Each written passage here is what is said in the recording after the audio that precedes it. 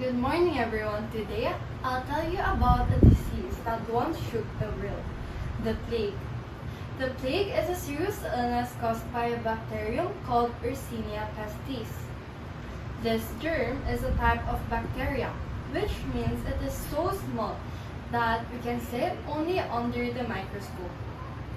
Even though it is small, it has had a huge impact in the human history. A long time ago, the plague spread quickly and made a lot of people sick. Sadly, millions died because of it. Today, I will talk about the three main types of plague. The most common type of plague is called the bubonic plague, also known as the Black Death.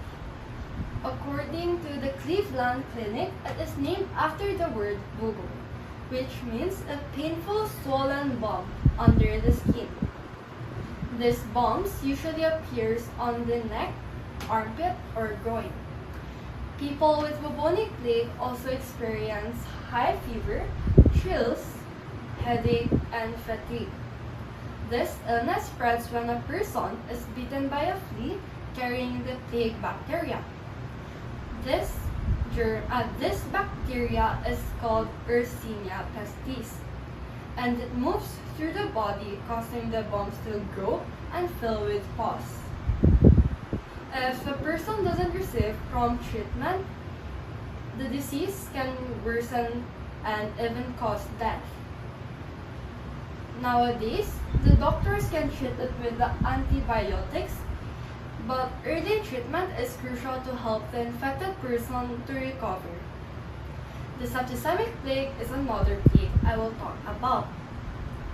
According to the CDC, patients with septicemic plague may develop fever, chills, extreme weakness, abdominal pain, shock, and sometimes bleeding into the skin and other organs.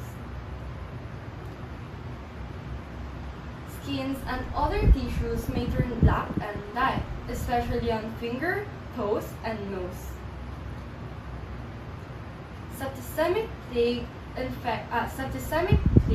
can occur as the first symptom of plague or may develop from untreated bubonic plague. It results from bites of infected fleas or handling infected animals. The incubation period of septicemic plague is poorly defined but likely occurs after days of exposure. This form of plague is very dangerous because it quickly spreads through the bloodstream. If it's not treated right away, it can cause rapid death. That's why early medical help is very important. The third plague I will talk about is called the pneumonic plague. It can develop if the bubonic or septicemic plague is not treated in time. Since it infects the lungs, it spreads through the air from person to person.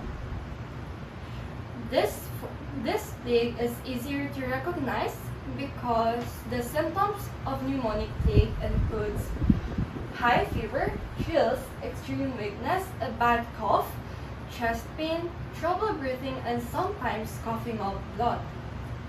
When the germ grows inside the lungs, it can worsen quickly, so we need to treat it as quickly as possible to avoid dying within 1 to 2 days. As it spreads through the air, it is highly contagious.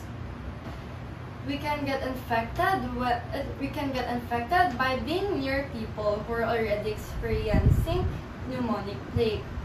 We can get treated with antibiotics, which are crucial to reduce the severity and mortality of pneumonic plague. You might think that the plague is a thing of past, but it still exists nowadays.